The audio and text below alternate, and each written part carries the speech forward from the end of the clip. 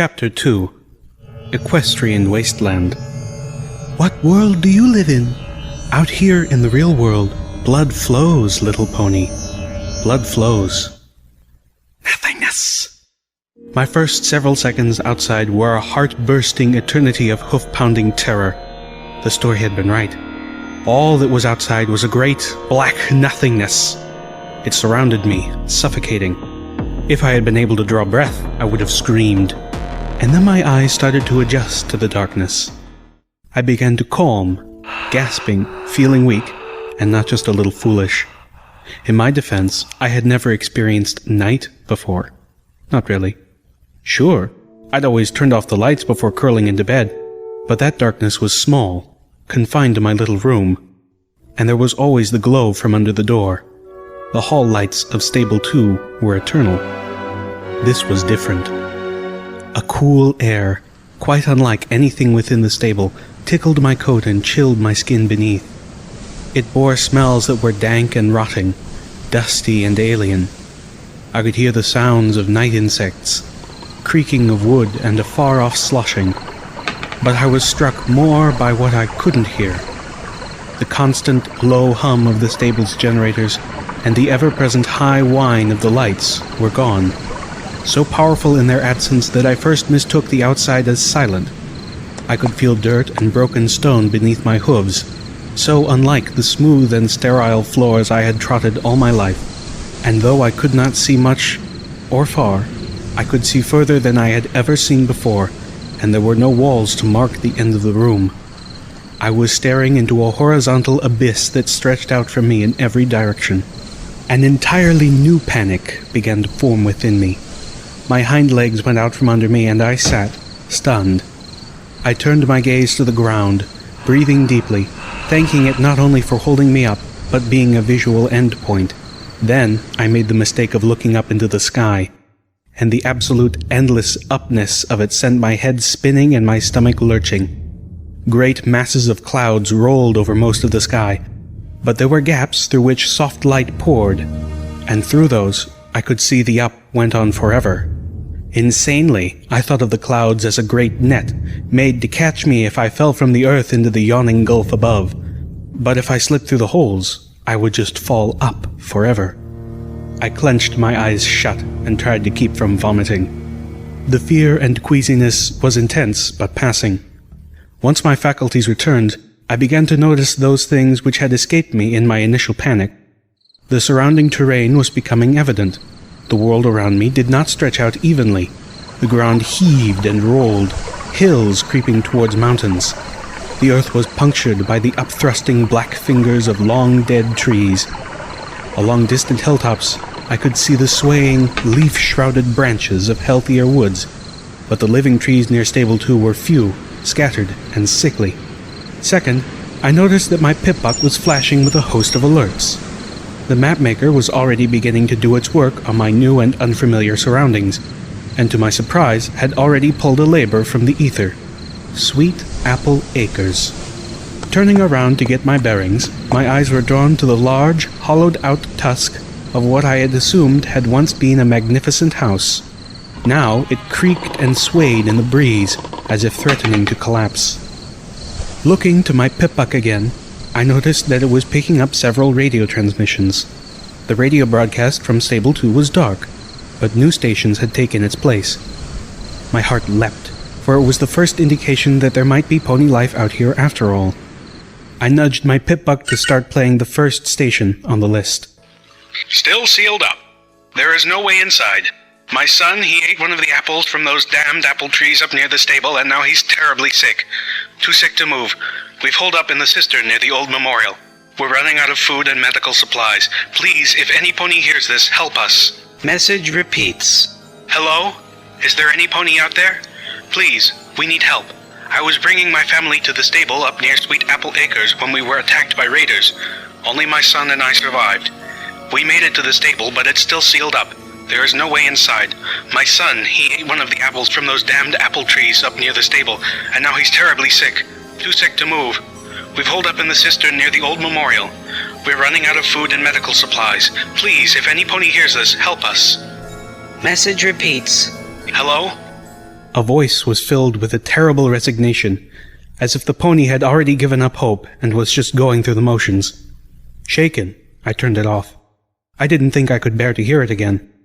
That is when I noticed the soft ticking from my pip-buck. Checking it over, I discovered that its radiation detector, a feature I had never known to be used, had self-activated. The cute little rainbow dial had already been planted firmly in the green. It was still there, but edging discreetly towards the yellow. I couldn't just stand here beside what had long ago been the door to a simple apple cellar for the rest of my life. Well, I could, but it would be a relatively short and miserable life. A realization was dawning on me. With so many directions to go, what was the likelihood that I would choose the path that Velvet Remedy had followed? Even though she only had a few hours head start, the prospect of finding her was bleak. But I had to start somewhere, and the best chance I had was to get up high and have a look around. The ruins near me rose higher than any of the nearby trees, and the sheared-off roof of the upper tower was probably the best vantage point I could hope for. I closed my eyes, steadied myself, and went inside. What was left of the Sweet Apple Acres building proved sturdier than it looked or sounded. It was also almost barren. Anything of value that had survived had been looted, leaving only scraps that no pony wanted, but that time itself seemed unable to erase. Rusted shoes, boxes of soaps for cleaning dresses that no longer existed, a pitchfork with a shattered handle, a rake. I began up the stairs. My eyes were alerted to a feeble glow, the soft green color of a poisoned apple bathing the room above. The glow came from the screen of an old terminal, a device of arcane science identical to the ones used throughout Stable 2. It seemed miraculous that it still worked after centuries on the outside. When Stable-Tech built something, they built it to last. Curiosity lured me to it, and my wonder was quickly replaced with understanding. It was no coincidence that this particular terminal was live, for on it was a fresh message. To any pony who has left Stable 2 in search of me, please go home. I'm doing what I have to do. The Overmare understands even if she can never agree, and I hope one day you will too. I will not be back. Do not look for me. Do not endanger yourself further for my sake. Please forgive me, Velvet Remedy. I searched the terminal for more, but all the other messages were ancient and corrupted, save for one. And that one had a rather unique encryption, something I had heard of but never seen before. A binary encryption, such that in order to decrypt it, I would first have to download the message into my pip-buck from both the terminal which had been used to send it and the one upon which it had been received. Having nothing better to do with the vast amounts of storage my pip-buck was capable of, I downloaded it. In reality, I knew that the chances that I would ever come across the companion terminal, much less that it would be functional, were overwhelmingly against me, nor did I have any reason to believe a message centuries old would be of any significance. More importantly, I now had to face that outside was my new home. Even if I found Velvet Remedy, it was unlikely that she would accompany me back. I'll admit, I had been subtly entertaining a fantasy where the Overmare would be so delighted with Velvet's return that she would embrace us both back into the herd. Maybe even throw me a party. Now, I was forced to admit how foolish that vision was. Thinking upon this made my head fill with black clouds. But as I reached the top of the ruins and looked out over the wasteland, a bright light, feeble as it was, flickered in that darkness. Just as the light from the campfire, not half an hour's trot distant, poked an orange hole in the night. As I approached the firelight, I knew something was off. Something about the way the dusty beige unicorn was laying on his mat of straw, legs curled up under him. Some tenseness in his body language. But it wasn't until I stepped hoof into the light and got a good look, a warm hello dying on my lips, that I saw he was gagged, and caught the glint of the flames against a few exposed links in the chains binding his hooves. Well, looky here. Walked up all nice and pleasant, didn't she? A large earth pony emerged from the shadows of a nearby rock. His hooves clacked metallically against the rocky ground, shod in cruelly spiked pony shoes. Two more ponies slid out of hiding on opposite sides. One, another earth pony holding a shovel whose blade had been lethally sharpened.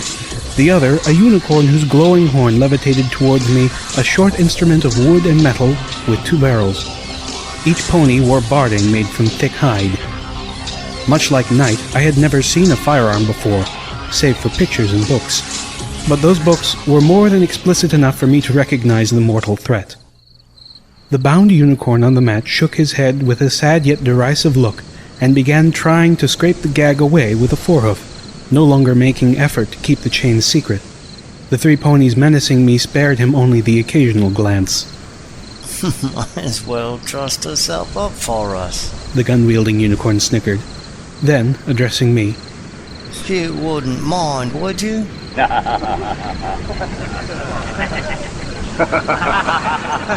And another unicorn, too. She'll fetch a pretty price, this one.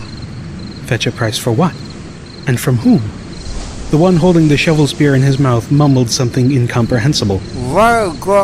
Then, apparently deciding the gun was sufficient deterrent, spat out his weapon and reiterated, By the God, look at her. I think she's taking a bath. I was suddenly and bizarrely aware of how filthy all four of the ponies were, and how foul they smelled. I managed to cover a gag with a sneeze. What's going on? Of the emotions battling for supremacy in my head, confusion had clawed its way to victory. The captive unicorn finally succeeded in pulling the filthy gag free. "They're slavers, you idiot." Monterey Jack, the dirty beige unicorn with dour expression and a cutie mark that looked like cheese, followed behind me as we trudged alongside our captors, walking a broken path that was once a road. My legs were in chains, making walking difficult and anything more speedy than a trot impossible. My pip-hook had stymied the slavers' efforts to bind my forelegs, eventually forcing them to chain me above the knees. Had the one with the shovel spear not been holding its point dangerously against my throat, the other two would have gotten a few hooves to tender places for their efforts. As it was, they made short work of me. I was not gagged, but Monterey had convinced me early that unnecessary chatter from the slaves-to-be would likely result in the loss of my tongue. Not that I had much to say to these brutes anyway, aside from my repertoire of colorful metaphors. I didn't expect that they would answer my questions, even if my tongue would survive the asking, and they were being chatty enough with each other to suffice. Grumbled the earth pony through the spear clenched in his teeth. Well then, if you would just learn to swim, we could take the long way, couldn't we? Suggested the unicorn with poisoned sweetness. By his smell, decidedly more pungent than the others, I guessed he just hated water in general. How about you stop complaining and I'll let you sample one of the slaves before we get to the forest. Their leader, the earth pony named Cracker with the spiked shoes and a cutie mark that looked suspiciously like a whip, or maybe a snake, had turned towards Monterey and I with a filthy smile. I looked away. They laughed. Through their disgusting dialogue, I could hear a liquid sound ahead. Not like a burbling water fountain, but closer to a sloughing muck. And something else. A distant sound, getting closer. Music? Yes, music. Slightly tinny, yet triumphant? Regal? I couldn't put my hoof on exactly what feeling the music was trying to inspire, but it was brightly out of place. Cracker took note of my expression and smirked. You look like you'd never heard that before. What? Did you live your life in a stable? If you're looking for the cavalry, that ain't it, Philly. That's just one of those sprite bots. The music cut out with a sharp twang. The unicorn slaver, sawed off, trotted ahead a bit, peering down the path ahead. Turning back to the rest of us, he smirked. Think one of the rider gators got it? Probably flew into some booby trap. The other earth pony suggested a mouthful of spear-mangled mumbling. The unicorn turned forward again, and the glow from his horn illuminated the machine. A metal ball about the size of a bull's head floating on 4 silently flapping wings, hovering silently right in front of his face. No arcane science this, I could tell. It was pure earth pony engineering. Fuck! Sawed-off leapt back a full pony's length in surprise, then swung his shotgun to bear and fired it at the sprite bot. The sound was like a metal plate falling from the ceiling, and it echoed through the night-darkened hills. Sparks specked the metal ball as it was peppered with scattershot. It let out an electric whine and darted into the darkness. The unicorn almost took off after it, but Cracker's voice cut into the distance between them. That's enough sawed off. Save your ammo. Damn it, I hate when they pull that stealthy shit. It's a flying fucking radio. It's not supposed to sneak up on ponies. My ears were burning from the free flow of crude profanity, but I didn't mind. I was mulling over what I had just seen. "Idiots," muttered Monterey Jack under his breath. "They heard that all the way in Ponyville." Unlike my fellow slave, I was pleased to have witnessed the unicorn firing off his weapon, because now I knew how it worked. "What kind of damned fool," Monterey grumbled, "announces his presence this close to raider territory?" A river slithered across our path, its waters slipping and oozing along its banks, half stagnant. The water lapped and sucked at the supports of a bridge, making the wet sounds I had been hearing. Beyond the bridge lurked the shattered remains of a pre-war town. The bridge was a maze of barricades. Dark shadows of ponies moved about it. Briefly, I may have made the mistake of hoping for rescue, but my eyes were drawn to the spiked poles that lined the bridge, and the still rotting heads of decapitated ponies that adorned two of them. I tasted bile. The sight was horrific. Kega, stay here. Cracker said, finally putting a name to the spear-wielding slaver pony. Sold off. Let's go see what the toll is this time. Monterey Jack lowered his head and looked balefully towards the bridge. I moved closer to him, following his example and hoping that I had positioned myself so Kager couldn't see the faint glow from my horn as I slipped my screwdriver and a bobby pin from my stable utility barding. Like all of the slaver's equipment, the manacles on my legs were crude and of low quality. As Kager and Sawdoff argued with the bridge ponies, I focused on picking the first lock. I was rewarded with a soft click as it sprung open, releasing my pip-buck foreleg. The manacle fell to the ground with a little thump. Kagi's ears had shut up, and now he moved around to see me. Swiftly, I cut the magic, dropping the screwdriver and bobby pin into the dirt, and hoped that in the darkness the slaver wouldn't see the change in my chains. What are you up to? Kagi growled dangerously. The nasty edge of the shovel hovered inches from my eyes. Kagi turned abruptly, the spear shovel slashing close enough to my face that I shrieked. The gunshot was from the bridge. It didn't sound like sawed-off shotgun, but the second shot did. It took Kagi a breath to recognize that crossing the bridge had become a bloody affair. Glowering back at us, his posture threatening, he started to say something. I suspect he was warning us to stay put, but I'll never know. His head exploded, showering me with gore. I stood there, eyes wide, shaking with shock. Blood, warm and sticky, ran down my forehead and into my left eye, oozing into my coat and mane. In the growing list of things I'd not seen before this night, the death of another pony ranked at the top. I blinked, feeling the blood on my eyelid. Kagi was dead, and I had Kagi all over me! The urge to throw myself into the river was overwhelming, but I wouldn't get to it like this. Pushed by something more than determination now, my horn glowed once again, and I began to unlock the rest of my manacles. I spared a glance towards the bridge, seeing Sawdoff hunkering down beside one of the barricades as he magically pulled his shotgun open, stuffing in more ammo. 2 shots, I realized. One at the sprite bot, one just now. 2 shots, and then reload. Closing the weapon, he levitated it up above the barricade and shot blindly into the violent milieu, spraying an already wounded raider pony with scattershot. The pony staggered and fell. Unfortunately for Sawdoff, the raider behind him had a different kind of shotgun, one that was faster and not limited to 2 shots, that fired slugs which tore great holes in the unicorn slaver's body the moment he looked up to see the results of his effort. I turned away, cringing from the nightmare playing out before me. I focused on the locks. I had freed myself and was beginning to free Monterey when the 2 raider ponies trotted off the bridge towards us, stepping over the battle-mutilated corpses of Cracker, Sawdoff, and the raiders they had taken down with them. One of those approaching was the unicorn raider wielding the devastating combat shotgun. The other, an earth pony with a sledgehammer in its teeth. The unicorn was laughing. Not the mean laugh of Cracker, but a crazed laugh that sent chills down the back of my neck. Looks like we got ourselves some prizes.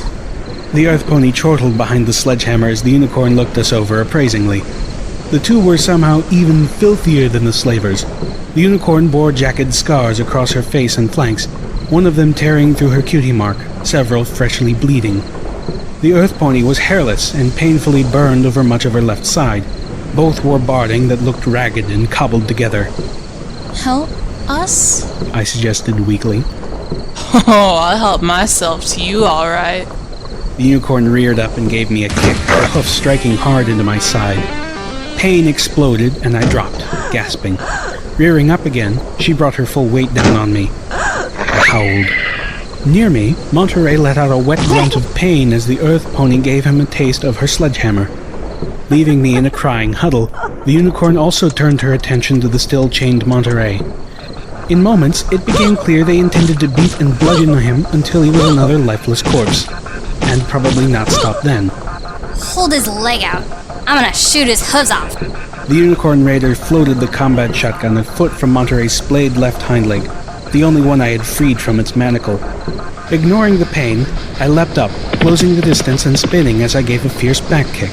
My hooves connected with the shotgun, sending it flying. It clattered onto the bridge beyond. A moment later, I was levitating the shovel spear at the two raider ponies who stood facing me with gleeful expressions. 2 against 1, and both of them were experienced fighters. The one with the sledgehammer stepped closer, as if eager to see if hammer beat knife. Monterey was on her in an instant, throwing his forelegs over her head, pulling the chain between them across her neck. The sledgehammer fell from her mouth as the raider pony choked. The unicorn turned, surprised by the sudden change in odds. I could have attacked her then, but threatening a pony is much different from actually attacking one. I wasn't sure if I had it in me to slash at another pony, to draw her blood, to maim or possibly kill. The unicorn picked up the fallen sledgehammer and turned to face me with it, murder in her eyes. And suddenly, I found it easy to thrust the shovel spear forward. I was no longer struggling with following through on a threat. This was survival. Self-preservation is instinctual. It clears away the moral hesitations. And while I did not have the fighting skills of my opponent, I did have an advantage all my own. Sats. Aided by the targeting spell of my Pippa, I sent the spear slashing across her knees, hobbling her. A second slash, this time across her face, relieved her of her weapon. The third would be a killing blow.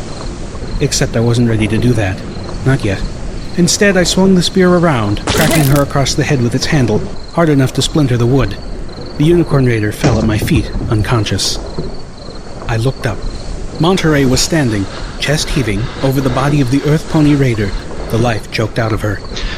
He was staring at me quietly. Then he finally raised a forehoof, only for the chain to clank tight before it had moved more than a few inches off the ground. Oh! Dropping the shovel spear, I turned on the light of my Pippa and searched about for my screwdriver. I had lost the bobby pin. There was no chance of finding it in the dirt at night, but I had more. Once we were both free, Monterey limped slowly over to the bridge. A moment later he returned, his horn glowing a gentle beige. Sawdoff's shotgun followed him. Before I could react, he aimed at the head of the unconscious unicorn raider and fired. Her blood began to seep across the ground towards my hooves. I watched in stunned silence as he turned and began prodding at the bodies, tugging items from them. Finally, I found my voice. What are you doing? He looked at me as if I was stupid. Checking to see if they have anything valuable on them. With luck, food. I nodded, watching him move to the bodies at the end of the bridge. Looting the bodies from the dead felt wrong, but a cold, rational part of me murmured that it was a qualm I would have to get over in order to survive. And imagine how embarrassed I'd be if I'd starved to death out here because I'd been too shy to check a dead pony's bag for a pouch of oats or a can of old applesauce. I moved a bit further down the bridge. I looked over to the body of a dead raider pony, his face bloody and torn from Cracker's pony shoes. I started to go through the pockets of his barding, but my stomach rebelled, and I flung myself to the railing, heaving my lunch into the foul river below. A large break in the clouds brought a soft and silvery light to everything, and I could see my reflection in the water, still covered with Kagi's drying blood. Then I saw Sawdust's shotgun hovering in the air behind my head. "I'll be taking what you have, too," Monterey Jack informed me with a bored drawl. What? I turned to see him standing on the bridge, bathed in moonlight, his horn glowing with a soft beige light. The shotgun floated between us, pointed at me. But I just saved you. "Yeah, and for that, I'm not going to kill you." His eyes narrowed. "Unless, of course, you do something stupid right now." But I just saved you. "Aren't you the top of your class?" he said snidely. But we should work together. We should travel together. Monterey snorted. and split our limited provisions? Go to sleep with one eye open each night, hoping to catch you while you try to stab me in the back? No thanks. My righteous disbelief stopped short of denial. Suddenly, I was so very weary. Nodding, I lowered my head and let my 2 canteens slip free. Then I backed up so he could approach them. I turned my head to start unclasping my saddlebags. I saw it on the bridge just beyond my tail. Turning back to Monterey, my own horn was glowing, and the combat shotgun whipped into the air. For a long moment, we stood there, 2 unicorn ponies on a bridge, surrounded by bodies, shotguns floating between us, aimed at each other. Moonlight shone down on us from the break in the clouds. Monterey Jack broke the silence. You're not going to use that. I saw you spare that raider. If you couldn't kill a pony like that, you don't have it in you to kill me. I narrowed my eyes. I'm a quick study. He hugged, but didn't move. Do you even know how to use that thing? I forced a smile across my face. Do you know that you only have 1 shot left? And judging by that sprite bot, that gun is in such poor repair, I'll survive being shot with it. Will you survive being shot with this as many times as I can move the trigger while you try to reload? Monterey Jack took a step back, and with that falter, my smile was no longer forced. And I'll be taking my canteens back. Ponyville. I wondered just how my Pip-Buck knew the names of places before I did. It even named the wreckage of a building that I had just slipped into. Ponyville was raider territory. I just hoped this place, this carousel boutique, was not crawling with them. Monterey Jack and I had barely parted ways when the railing of the bridge exploded next to me. A sniper. The same pony, I presumed, who had turned Kagey's head into applesauce. I fled into the town, keeping to what cover there was. Few of the buildings were intact enough to hide in. This was the closest. Fortunately, I was alone. I waited for nearly an hour, curled up in a shadow near the door, but the sniper pony seemed uninspired to follow me. No, she or he would just have to wait until I came out. Fatigue washed over me. I had stayed up all the night before, and this night's events were a strain on both body and spirit. My muscles were weak and achy. My body hurt from the kicks I had taken. I felt emotionally played out. I needed to sleep. Sleeping here was probably a horrible idea. If I woke up at all, it would be in the hooves of slavers, raiders, or possibly worse. But going back outside, finding someplace better, it just wasn't on the table. I was in no shape to test my wits against the sniper pony again. Carousel Boutique was quite similar in condition to the building up at Sweet Apple Acres, only the looting was more destructive. The walls had been painted with crude images of violence and cruder swear words. A pile of torn-up cloth rotted in a corner, smelling foul, like ponies had urinated on it repeatedly. There were 2 beds, one of which was stained deeply with blood, and probably more vile things. The other was smaller, a foal's bed, nothing but a mattress on a crushed frame. In my state, it would do wonderfully. The Carousel Boutique offered 2 more treasures, a locked chest and another terminal, identical to the one at Sweet Apple Acres. This one, too, was functional, again to my surprise. It was locked. Slipping out my access tool, I went to work. These terminals were crafted by some of the same ponies who later made the Pip-Bucks, and the encryptions and locks were similar enough that my tools allowed me to get partway through the security. What remained was a puzzle, finding the password within strands of code that my access tool laid bare. In my fried mental state, it was probably a small miracle that I was able to parse the code and find the password. Or possibly not. The password was Apple. I laughed aloud, catching myself when I heard the volume of my own voice in the stillness of the decrepit boutique, as I realized that, beyond all realistic chance, this was the computer the message had been sent to. With an unwarranted feeling of accomplishment, I downloaded it and let my Pip-Buck do the rest. Age had damaged the recording, but there was enough audible for me to recognize that same female voice, kind of sweet and with an odd accent, that had so many hours before revealed to me the code that led me out of my old life and into this new and horrible one. Special instructions for Stable 2. That's my family down there. Until the poison is gone from up here, that door doesn't open for any pony. The voice faded in and out of static. I know you hate this, Sweetie Belle, but you're an overmare now. The overmare of the most important stable in all of Equestria. I need you to do this for me, to keep them safe. Best friends forever, remember? The sound file died with a whimper. I had been right. There was really no value in a 2-century-old message. I left the chest for the morning, curled up, and went to sleep.